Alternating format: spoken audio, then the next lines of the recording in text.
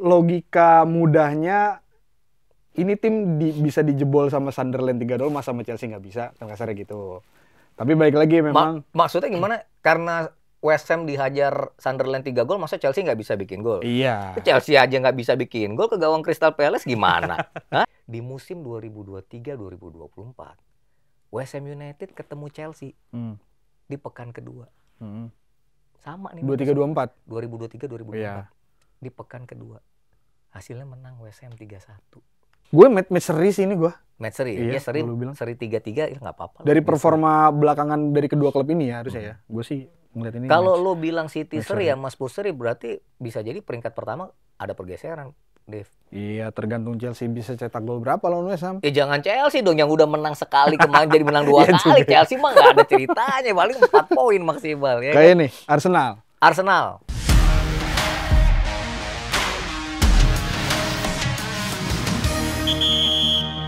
Match week kedua Premier League, apakah akan ada yang menggeser klasemen sementara di Premier League atau masih tetap dipegang oleh Manchester City? Itu akan dibahas di preview kali ini di Halftime Break bersama gue Dave Revli dan kembali berdua bersama Bang DJ. Yeay! Ngomong-ngomong geser klasemen, peringkat di klasemen ya Dave? Iya. Hah? Dari Gimana, 20 tim yang musim ini berkompetisi di Premier League, 3 gue skip dulu karena baru promosi. 17 yang lainnya kan berarti musim lalu ada di Premier League kan. Yeah. Nah, dari 17 tim itu ternyata ada satu yang konsisten. Itu kita harus salut loh. Konsisten dari peringkat di klasemen di akhir musim di minggu ke-38 musim 2024-2025 dengan akhir perjalanan pekan pertama kemarin. Iya. Iya kan? Siapa? Manchester United. Lagi dia konsisten. Yang lain kan naik turun. Benar. Dia stabil dong. Nomor 15. Iya kan. Apakah dia akan tergeser lagi? Wah, atau menggeser ya kita nggak tahu ya kan. Makanya kita preview. Kita buka dengan itu. Betul, ya kan. Iya. Tapi ngomong-ngomong soal yang promosi, jangan lupa lu kan ada kuis. Iya benar. Nanti jawaban siapa yang menang dari kuis yang episode lalu akan diumumkan di sini. Di ujung nanti. ya. Ya. Oke, jadi jangan ketinggalan. Kita ke pembahasan dulu Bang Didi. Siap. Sebelum ke pembahasan match-match yang akan bertanding nih ada satu transfer yang cukup mengejutkan kalau pagi-pagi ya. Iya, tadi gua bangun tidur langsung lihat. Ya. Set, wah. Ini nih Eberechi Eze. Yang tadinya udah kayaknya akan berangkat ke Tottenham Hotspur Stadium. Geser dikit tuh. Itu kalau terakhir gue liburan kemarin ke Inggris tuh, Dev, itu jaraknya nggak jauh tuh sebenarnya. Iya kan? Digeser ke Arsenal katanya. Gara-gara kayak Havertz cedera. Iya kan? Dan itu mengaminkan obrolan gue dengan dia waktu gue ketemu sama si Eze di Heathrow. Kan gue nanya tuh, Dev, lu katanya dengarnya mau ke Arsenal ya? Katanya, we never know. Hampir we never know kan ke Spurs. Ternyata ke Arsenal. Iya, makanya tapi udah deal ya, udah oke berarti. Udah deal, harga udah deal, secara personal term si Eze sama pihak Arsenalnya udah oke. Nah, ini tinggal sama klubnya gitu. Kayak udah tinggal here we go juga deh kayaknya. Berarti gitu. Ya lah gitulah, udah berarti ke Arsenal ya. Nah, lu ngelihat Eze ke Arsenal nih Bang DJ. Kalau ke Spurs kan masih masuk akal, di situ kan kemarin ada posisinya Son Heung-min yang udah cabut kan. Jadi ada kekosongan posisi situ dan barangkali dia bisa ngisi di situ nih. Sementara di Arsenal udah cukup numpuk nih Bang DJ gitu kan. Apakah mau geser Odegaard atau Declan Rice atau gimana lo ngeliatnya nih Eze ke Enggak, kalau gue malah Bang ngelihatnya ini salah satu kepingan yang memang dibutuhkan Arteta ya. Selagi juga Arteta bisa memaksimalkan strateginya dengan pemain-pemain yang ada. Gue kebayang ya trio yang di depan itu Saka, Eze, Gyökeres. Ya mungkin jadi Havertz apalagi masih lagi cedera kan. Iya. Odegaard enggak lah. Odegaard kan akan tetap main di posisi di agak lebih belakang dikit lah untuk pengatur itu. Declan Rice juga akan tetap main di situ. Gue rasa sih kalau Declan Rice dan Odegaard nggak kegeser, ya mungkin ya Havertz yang kegeser atau si Martinelli yang bisa jadi. Oh, jadi si Eze tetap main dari kiri ya, dari winger kiri ya. Ini kalau dari pemahaman gue ya, tapi kan kita harus melihat lagi nanti Arteta bagaimana mau mengembangkan taktiknya gitu loh. Tapi yang jelas Eze kan dia paling minggu depan baru bisa dimainkan. Minggu ini dia masih, kalau yang gue dengar tadi baca berita, dia masih akan dimainkan di playoff Liga Konferensi kan. Karena Crystal Palace turun ke Liga Konferensi. Kan harusnya ke Liga Eropa. Tapi karena kasus kepemilikan dengan Olympique Lyon itu yang membuat dia turun kan. Berarti Crystal Palace tuh ya udah ya, tinggal gue yang belum jelas ya apakah ke Liverpool apa enggak, belum jadi. Kita masih nunggu sampai akhir bulan ini. Gitu. Itu sedikit dari Arsenal, dan sama satu lagi ada rumor yang ini Bang DJ, yang apa namanya masih kalang kabut, tetapi dia udah nggak masuk ke squadnya di timnya gitu Bang DJ. Rasmus Højlund. Ya. Dia terakhir sih rumornya tetap ke Serie A gitu, ke AC Milan kalau nggak salah. Cuman tadi pagi sekalian baca juga Napoli masuk nih Bang DJ. Gitu, karena Lukaku juga cedera kalau gue nggak salah. Lukaku cedera, kalau nggak salah nggak perlu sampai operasi, tapi dia bisa absen 3-4 bulan. Nah itu agak kehilangan buat Napoli, mengingat Napoli akan mengarungi Liga Champions. Ya pasti Conte udah berpikir panjang untuk itu. Tapi Højlund ya gue nggak ngerti deh kalau ke Napoli ya. Gue sih nggak melihat Højlund. Ini pemain bagus, tapi yang mungkin belum ketemu aja gaya pelatih yang bisa mengembangkan dia gitu. Tapi ya kalau dia ke Napoli ya oke lah. Kadang-kadang kan dia bisa ketemu Scott McTominay berarti kan di situ kan, yang juga musim lalu pemain terbaik Serie A malah. Iya kan. Soalnya klubnya udah mau berapa sini udah nggak apa-apa. Iya, emang MU kan lagi gitu kan. Ini baru ngomongin Rasmus Højlund, kita belum ngomongin si Anthony, belum ngomongin Jadon Sancho, ya kan? Jadon Sancho juga parah tuh Bang DJ kemarin. Belum lagi Mason Mount yang menurut gue sih kenapa sih nggak dihijrahkan aja gitu orang. Jadon Sancho juga kasusnya lumayan ini juga tuh. Pelik ya? Ngeselin juga tuh. Buat gue ngeselin juga kemarin. Udah deal 20 juta euro gitu. Sensinya nolak, nggak mau. Dia mau main di mana tuh Jadon Sancho? Ya udahlah ya. Ya kalau nggak Liga 1 nanti. Bagus loh Liga kita, lu jangan tahu gitu loh. Ya nggak apa-apa. Gue seru sekarang nonton Liga 1. Kapan-kapan kita ngobrol. Gue mah lucu buat Sancho-nya, bukan buat Super League-nya. Ya kan Sancho emang suka lucu kalau main juga. Iya sih benar. Premier League pekan kedua Dave, dibuka. Ini pekan kedua, sebelum lo ngomongin yang buka ya. Pekan kedua itu adalah buat gua yang seneng nonton bola dan mengagungkan gol sebagai yang gua tonton. Itu pekan kedua tuh kerap kali menjadi pekan yang memunculkan gol yang banyak. Kita ngomongin 2 musim terakhir aja, musim 2024, 2025, 2023, 2024, itu kepala 3 golnya. Kalau kita ngomongin pekan perdana kemarin, 24 gol yang tercipta. Tapi kalau ngomongin pekan kedua musim lalu, itu 32 gol. Naik 2 gol dari pekan kedua musim sebelumnya, musim 2023-2024. Bahkan kalau lo tarik lagi 5 musim terakhir, di musim 2020-2021, 44 gol. Nah, musim lalu 32 gol. Salah satu pertandingan yang membuat golnya banyak, itu digelar di Molineux Stadium. Wolverhampton melawan Chelsea. Yang Chelsea menang 6-2. Terus sebagai fans Chelsea harus ingat tuh, itu pekan kedua, no 52K. Pekan kedua ya, gue kira pekan ketiga. Pekan kedua. Nyetak gol dan menang 6-2. Nah, lu mau ngomong kan laga pembukanya Chelsea kan? Benar. Ketemu West Ham United. Ya udah, ini karena ngomongin Chelsea. Ya. Nggak, gue mau cerita gini, Dev. Terakhir kali Chelsea nggak bisa bikin gol dalam 2 pertandingan Premier League. Bahkan 3 musim itu tahun 95-96. Buset, jauh banget itu mah. Seri 0-0, ada salah satunya sama Everton kalau nggak salah. Nah kemarin kan dia udah 0-0 nih sama Crystal Palace. Derby lagi nih sama West Ham. Yang kita sepakat derby itu nggak pernah mudah. Dan dia akan berangkat ke London Stadium. Apa yang ada di benak seorang Dave Revley melihat tim yang digadang-gadang gitu kan, tapi kan logika mudahnya ini tim bisa dijebol sama Sunderland 3-0, masa sama Chelsea nggak bisa, kan kasarnya gitu. Tapi balik lagi memang maksudnya gimana? Karena West Ham dihajar Sunderland 3 gol, masa Chelsea nggak bisa bikin gol? Chelsea aja nggak bisa bikin gol ke gawang Crystal Palace gimana? Hah? Ya kalau gue ngeliatnya cukup ini Bang DJ, case-nya beda antara ketika lo melawan Crystal Palace atau ngelawan si West Ham United gitu loh Bang DJ. Gue melihat celah itu lebih bisa didapatkan ketika melawan West Ham dibandingkan lawan Crystal Palace gitu kalau gue lihat. Kalau nama taktikalnya itu bermain dengan cara fast break Bang DJ. Fast break. Iya, jadi ketika lo bisa memotong serangan lawan, mau itu di area sepertiga pertahanan lawan atau di tengah atau di sepertiga area bertahannya Chelsea, Chelsea melakukan fast break dan celah itu memang kalau lawan Crystal Palace gue akuin sulit kemarin ditemukan, tapi dengan melawan West Ham yang dimana West Ham pun kalau gue nggak salah nggak banyak datangin pemain juga, jadi dan berdasarkan musim lalu pun Chelsea bisa melakukan kemenangan itu dengan baik melawan West Ham, ya gue yakin di match ini juga bisa dilakukan oleh Chelsea.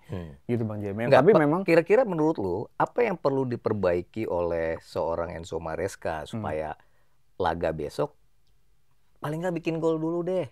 Iya kan? Lu bilang bisa bikin gol ke West Ham, belum tentu. Iya. Kalau apa yang perlu diperbaiki, gue bilang bagaimana pemilihan pemain untuk starter. Satu, yang kedua itu bagaimana merubah taktikal ketika on the game ya. Gitu. Yang pertama, kemarin gue melihat satu titik yang nggak perform itu di Enzo Fernandez.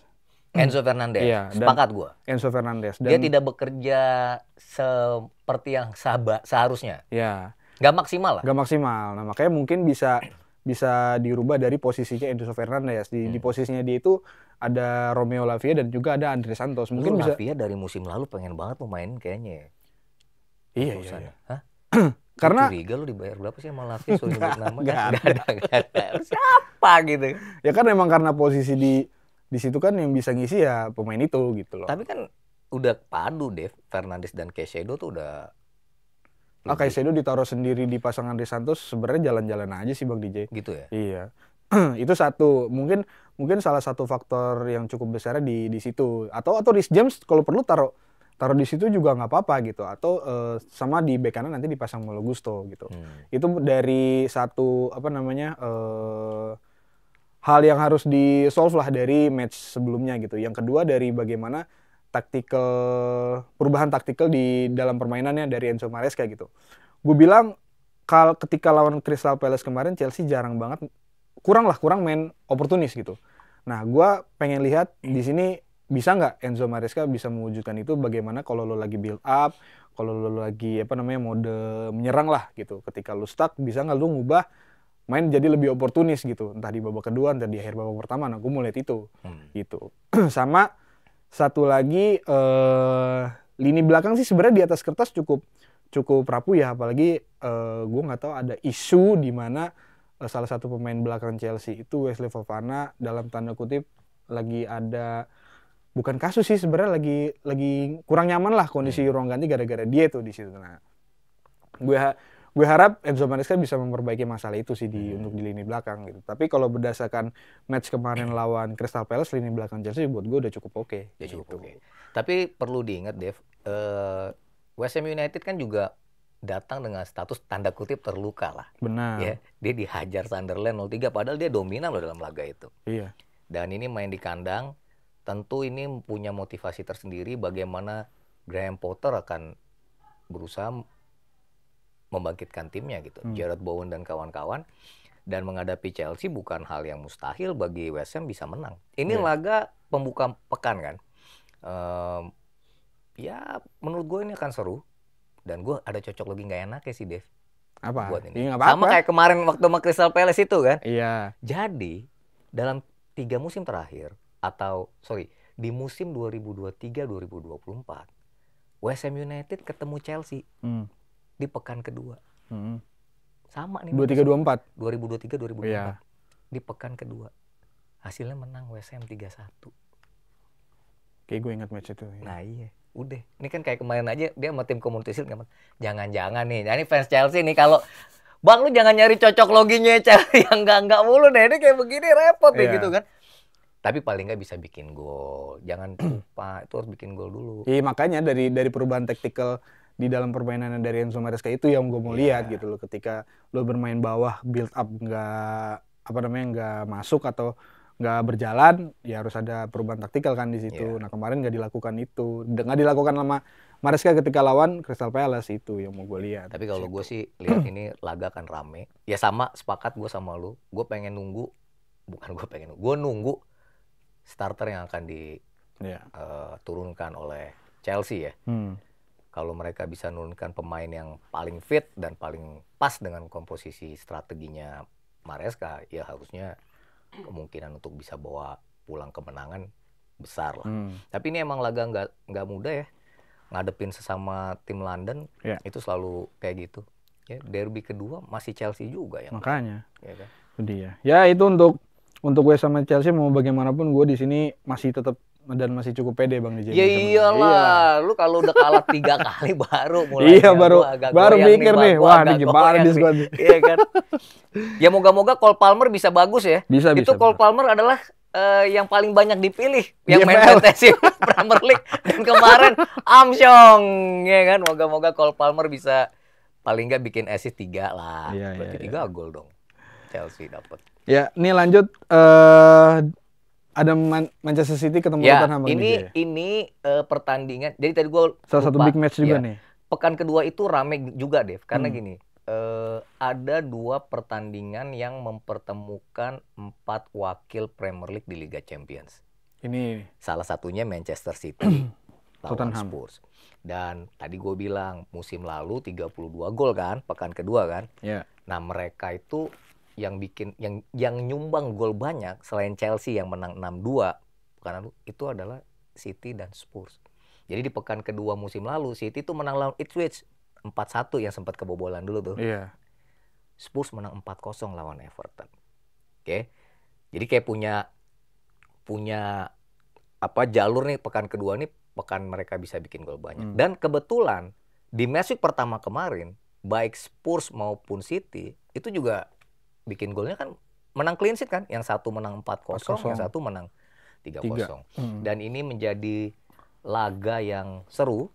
Manchester City ketemu Spurs main di Etihad Stadium yang musim lalu di tempat yang sama Spurs menang 4-0. Kan? Iya.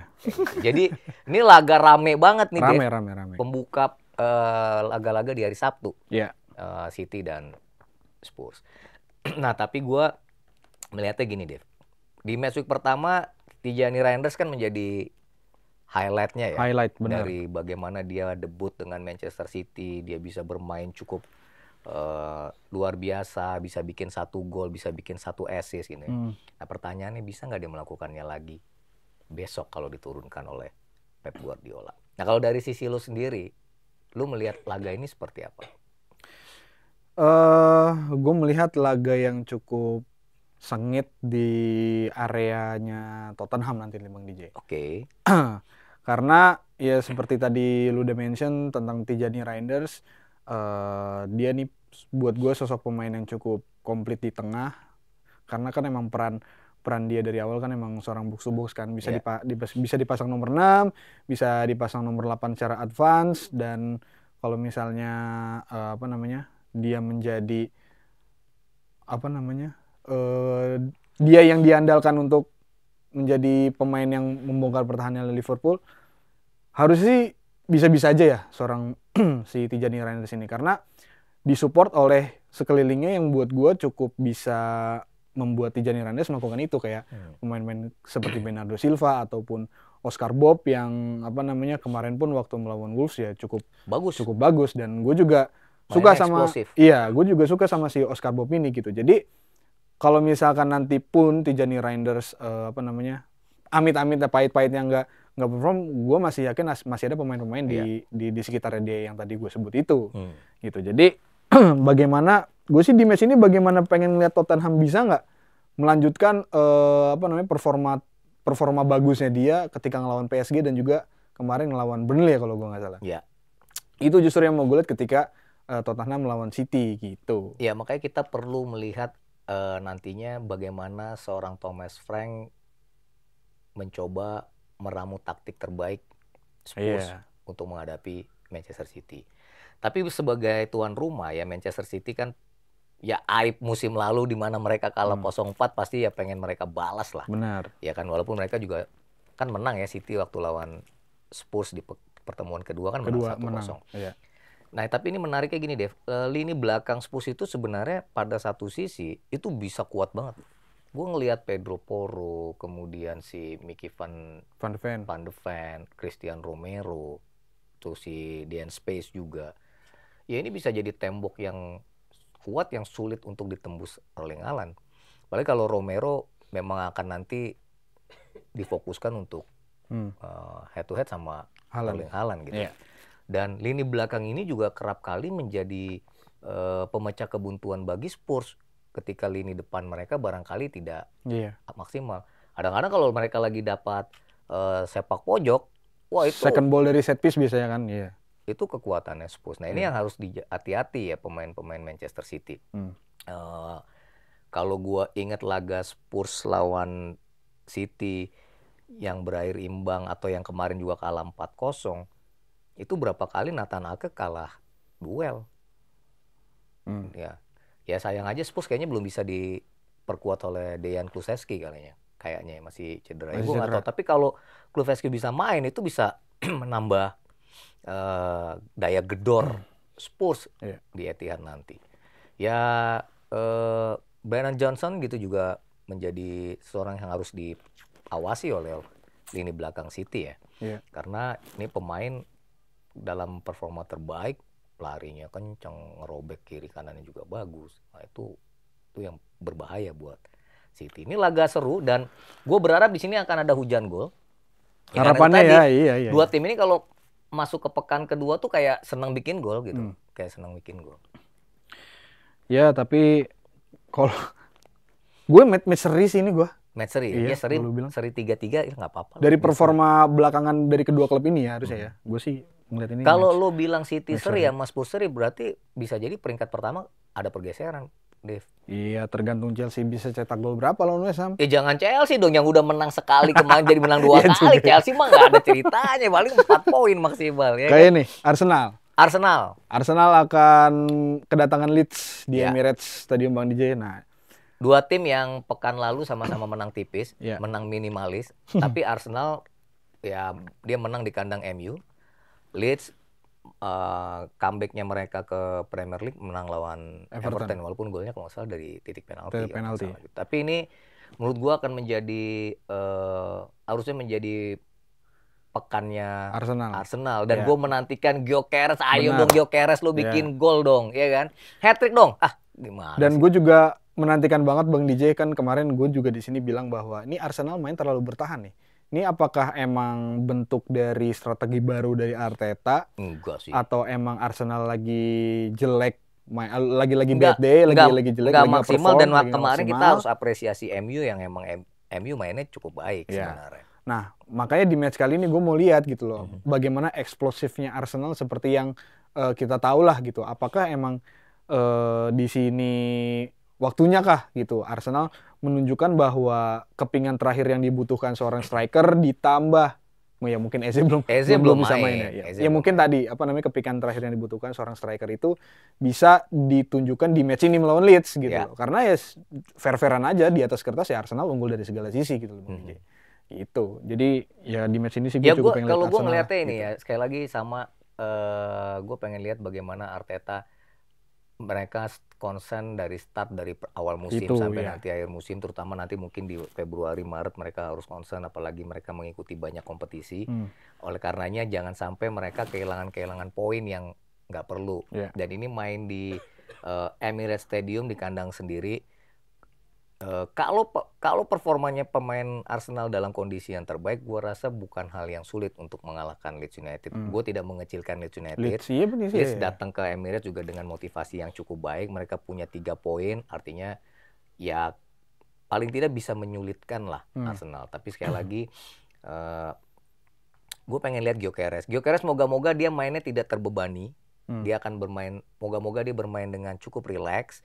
Dan itu bisa membantu dia untuk menunjukkan bahwa dia emang striker tajam yang bisa diandalkan oleh Arsenal, ya kan? Karena gue pasang FPL ada dia, nggak mungkin gue lepas, ya kan? Selalu berharapnya dari FPL. Iya, cuma dia aja ngamsong kemarin itu. Ya makanya itu. Kan itu mainnya Sabtu juga. Sabtu di penutup hari Sabtu lah, match penutup di hari Sabtu yang itu. Sebelum penutup hari Sabtu ada laga siapa sih?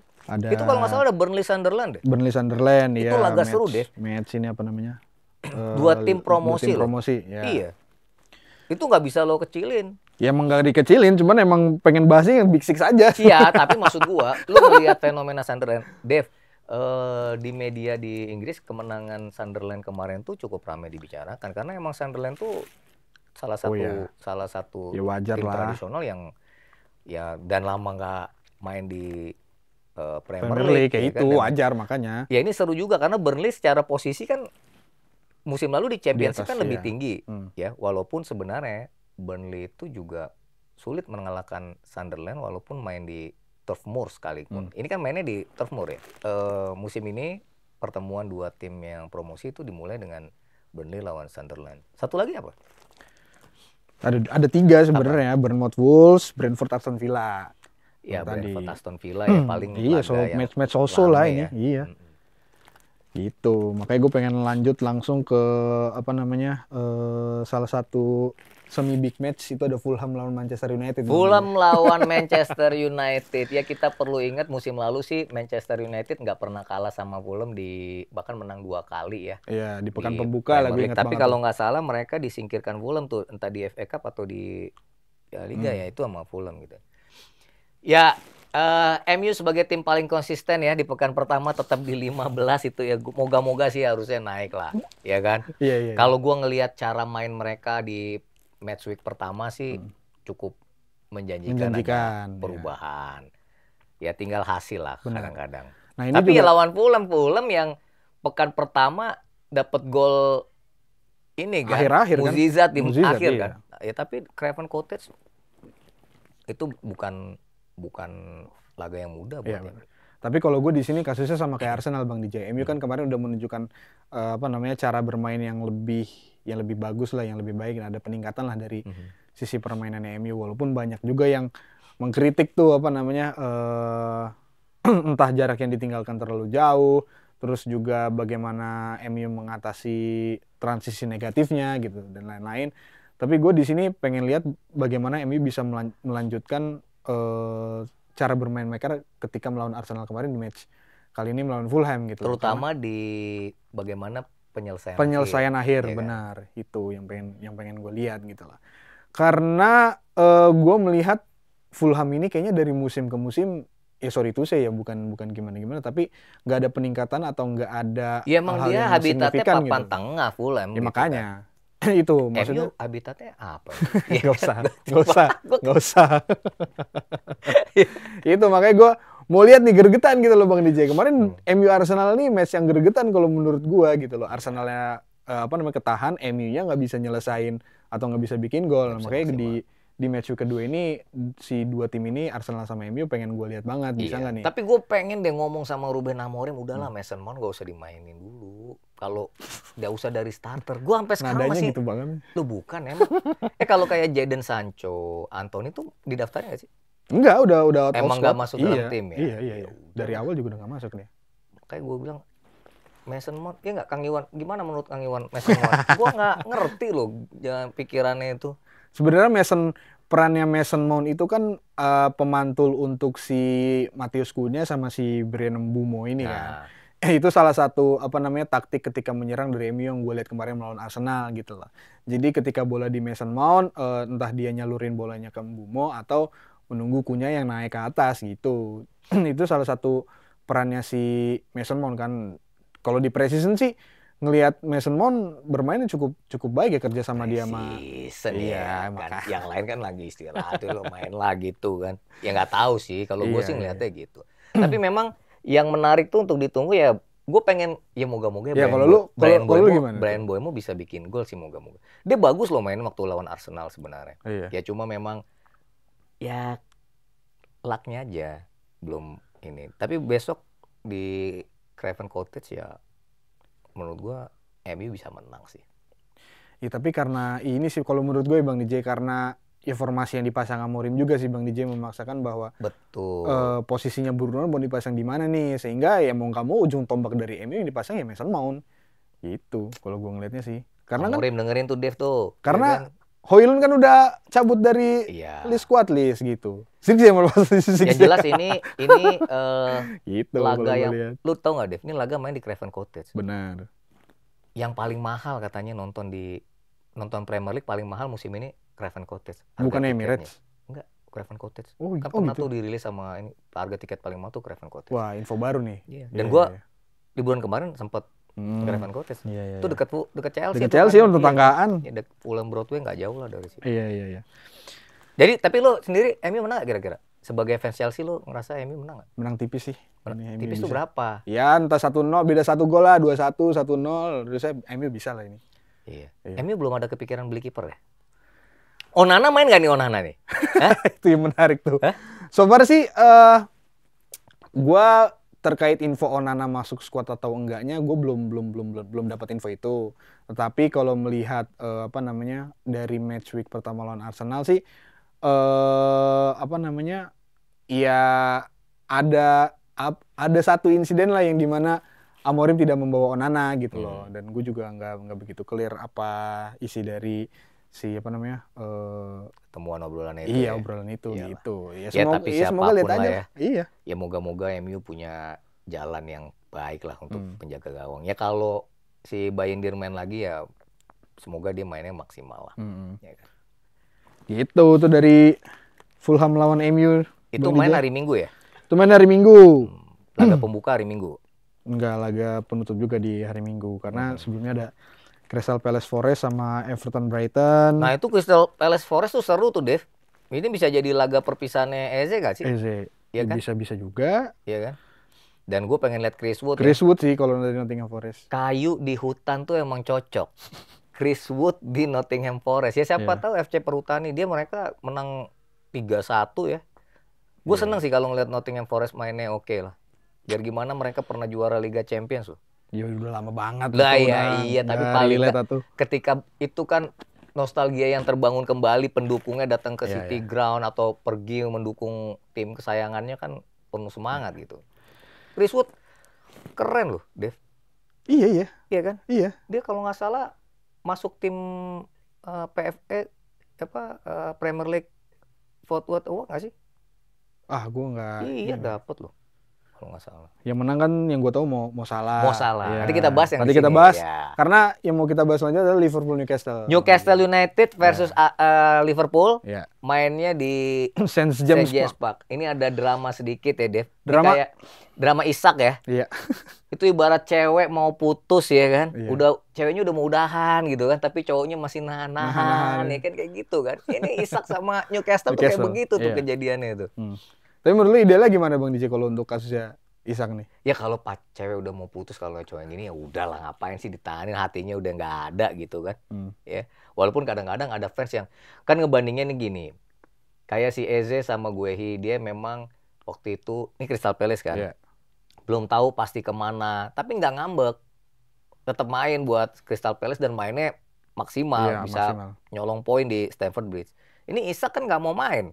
Oh iya kan? Yang gue dengar Isak nggak mau main. Iya.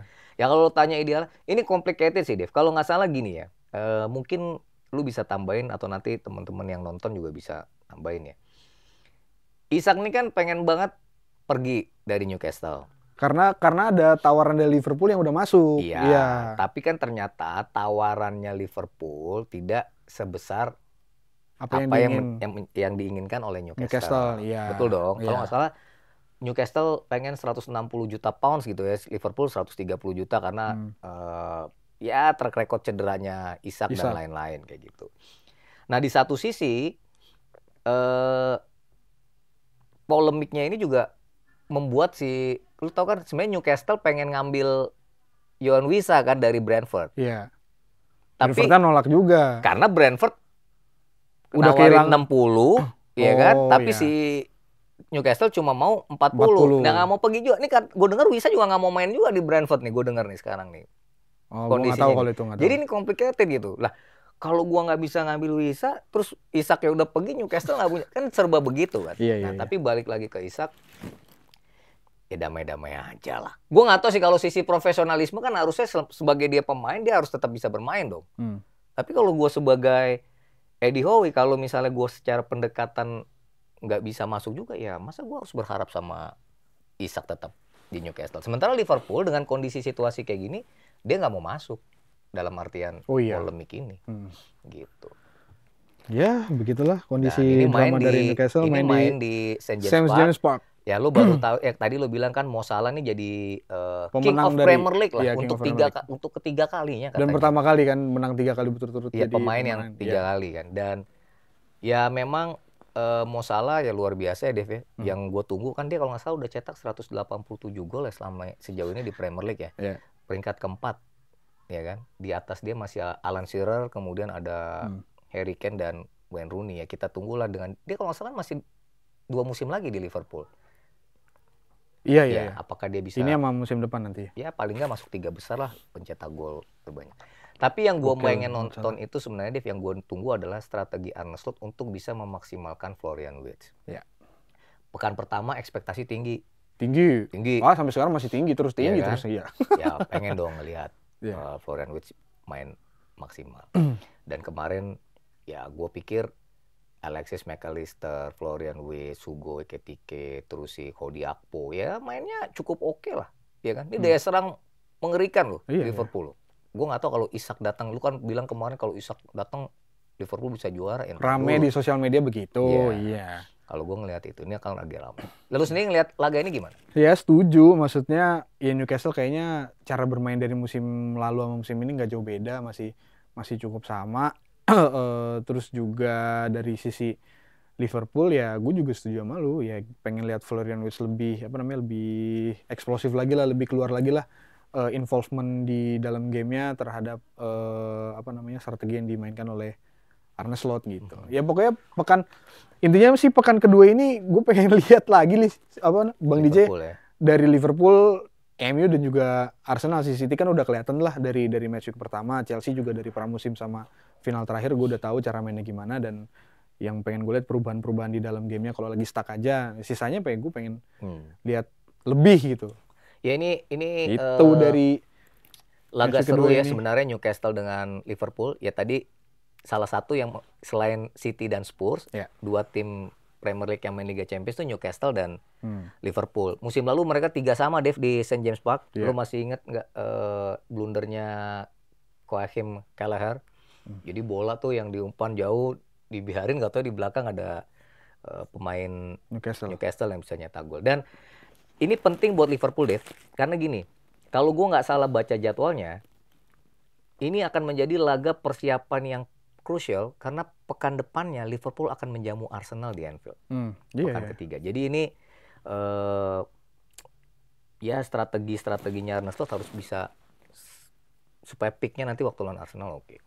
Ya kalau ngelihat kondisinya Newcastle, peluang Liverpool untuk menang ada. Tapi Newcastle di kandangnya Aston Villa juga mainnya dominan.